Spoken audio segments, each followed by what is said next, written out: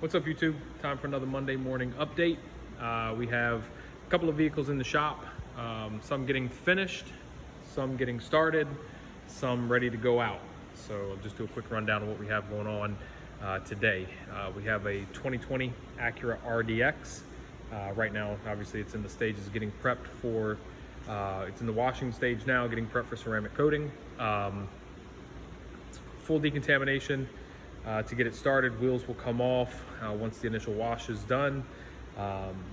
Full paint, body, glass, wheels for ceramic coating. Expel paint protection film to protect the front bumper, the grille, front emblem, side mirrors, and pillars. If you look on your pillars, almost always they're damaged. Even if the vehicle's brand new, they almost always require some sort of film to keep that protected. Ceramic coating is helpful here, but it is not a permanent solution. Opening and closing your doors in that area, especially when it's dirty, will always result in you scratching the ceramic coating, which is better. It's more of your sacrificial layer here. But paint protection film really is a sort of permanent solution for this area. You can get 10 years protection out of that. It is self-healing, so it should continue to heal over time as long as you're not really abusive to the film. Once it heats up in the sunlight, it will self-heal. So those pillars should always look nice. Same with the mirror, same with the front bumper, same with the emblem, same with the grille. All impact areas, all heavy bug areas. We chose not to do the hood on this one because the hood itself, the owner doesn't want the line. So sometimes if we do a partial kit, the line will end somewhere here. And so it's a darker color vehicle. It hides the line a little better, but almost always inevitably, no matter what, when dirt gets on the hood, that line kind of gets an outline of dirt. So instead of wrapping the whole hood, which didn't need it, he just opted not to do the hood, which we're almost in agreement with it. It's not going to look very nice. So here we have a 72 Mustang. It is already fully coated, wearing a private, sort of private label coating. It's beautiful. It's a base coat with a top coat. Wheels are done, paint's done, glass is done, and then we have a fabric protection for ceramic coating on the top as well. This was a full redo on this car. When the owner brought it to us, it was fire engine red. I don't know the exact color, but it was a very bright red color. It needed lots of work. The paint thickness just wasn't there. There wasn't a whole lot we could do with it. They took it to One Off Rod and Customs up in Middletown, Delaware.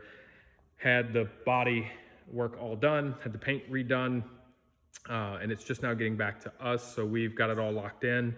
Everything's dialed in on this car. It is going to get a wipe down and then topped with Modesta M1. It's raining today, so we're not going to take it out for photos or pictures or anything. The owner's not going to come get it until the weather clears. Here we have a newish Mercedes. I believe it's a CLA 45. Yes, it's a CLA 45. This is in for the Premier exterior. So it's going to get basically a full paint correction. As you can see in the hood, lots of defects. Water spotting. See if I can catch the water spots. A lot of water spots, a lot of swirl marks. This was a loaner vehicle for Mercedes, and obviously it gets abused. So we're going to try and restore it, bring it back to life, what we have here. The hood, unfortunately, on this vehicle is very thin. So when we took the paint measure readings, most of the front end from the fender forward is around, I believe it was 100 microns was the average. So that's uncomfortably thin.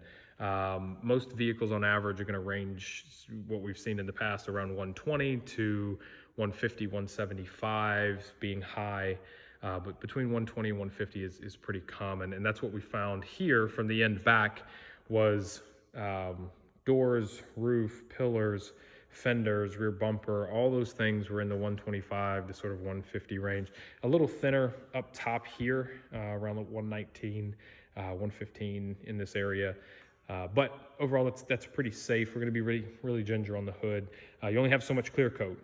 So the recommendation here is if you get paint readings taken of your car and you find that they're very, very thin, you can only compound this so many more times before you're through the clear coat into the base coat. Now you're talking to respray. So the idea for this car will be to get as many of these defects out as possible, and do that safely, and then put some form of protection over the hood that's going to prevent the swirl marks and things from coming back long term. So we'd like to either do ceramic coating or paint protection film on a hood that's that thin. That's almost always the case. And last up, so we have the 2020 Ford F-150 Lariat in, I believe the color is called Blue Jean.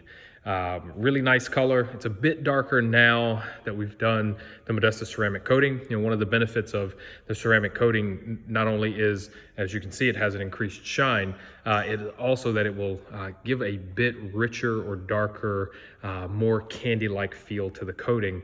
Glass coatings are indicative of that. Lots of coatings sort of given what I've called in the past an artificial shine, but I really like the richness and depth of gloss that Modesta offers.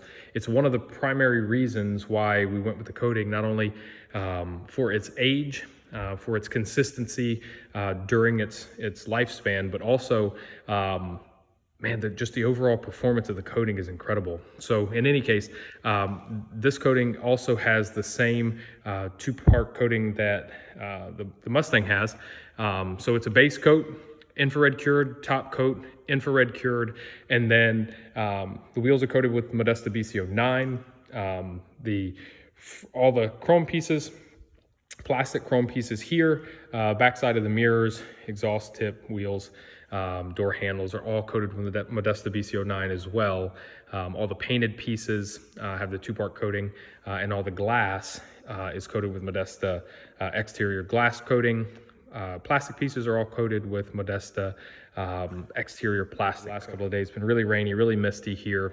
We don't like to send them out that way. If the customer prefers that they stay inside, we are always willing to hold the vehicle until the weather clears. Obviously, it's a lot of money invested into these vehicles. It's a lot of time. It's a lot of hard work. Most of our customers are really appreciative of all the amount of time and effort that goes into each individual vehicle, and so they don't want that hard work to go outside, and inevitably it will eventually get wet and it will be in the rain, it will get inclement weather, but it doesn't have to be right away once the vehicles are picked up. So we do hold them if the weather is inclement, if you would prefer that to happen. In this case, both the truck and the Mustang will be held until we get clearer weather. What I forgot to mention, the truck itself also has Expel. We did a custom piece here, just sort of the brow, what I would say is a bigger impact area here is coated, and then this portion here, the lower bumper, the painted portion here, and then we did a custom piece around here as well. So taking a little bit closer, here's the line, the body line here. Once we heat this and lock it in, that will even become clearer. I'll show you an example we already did here. We heat locked this in, and then I thought, oh, we should do a video. So I'm going to continue heat locking this portion in here. That will almost erase that line. As you can see, some of the places where we've already done that, the line basically is non-existent. So because it's on this portion of the hood, you will inevitably see a line, but we try and hide that line on a body line. When it's hidden on a body line, you don't see quite as much of that. This portion here, though, is all locked in. It's wrapped up to here, it's wrapped underneath, so there's no line necessarily to see. This line is pushed back as far as about the grill portion here. So that's that. And then around the headlights, I'll show you on this side, it's a little clearer.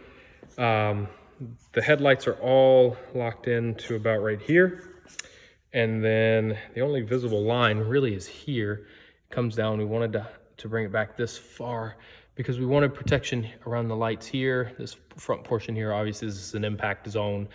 This is an impact zone. There's a bit of an impact zone here. So all of this portion here is all done in paint protection film, as well as we were mentioning earlier, the pillars. The pillars are also coated on this one because From the factory, these pillars were in atrocious condition. It looked like the pillars were 5 years old. So we polished them, then we coat them with the paint protection film, then we put the ceramic coating over top of the paint protection film as well. So in any case, we have the F-150 going out today, or rather not today, but later on this week. We have the Mustang going out later on this week.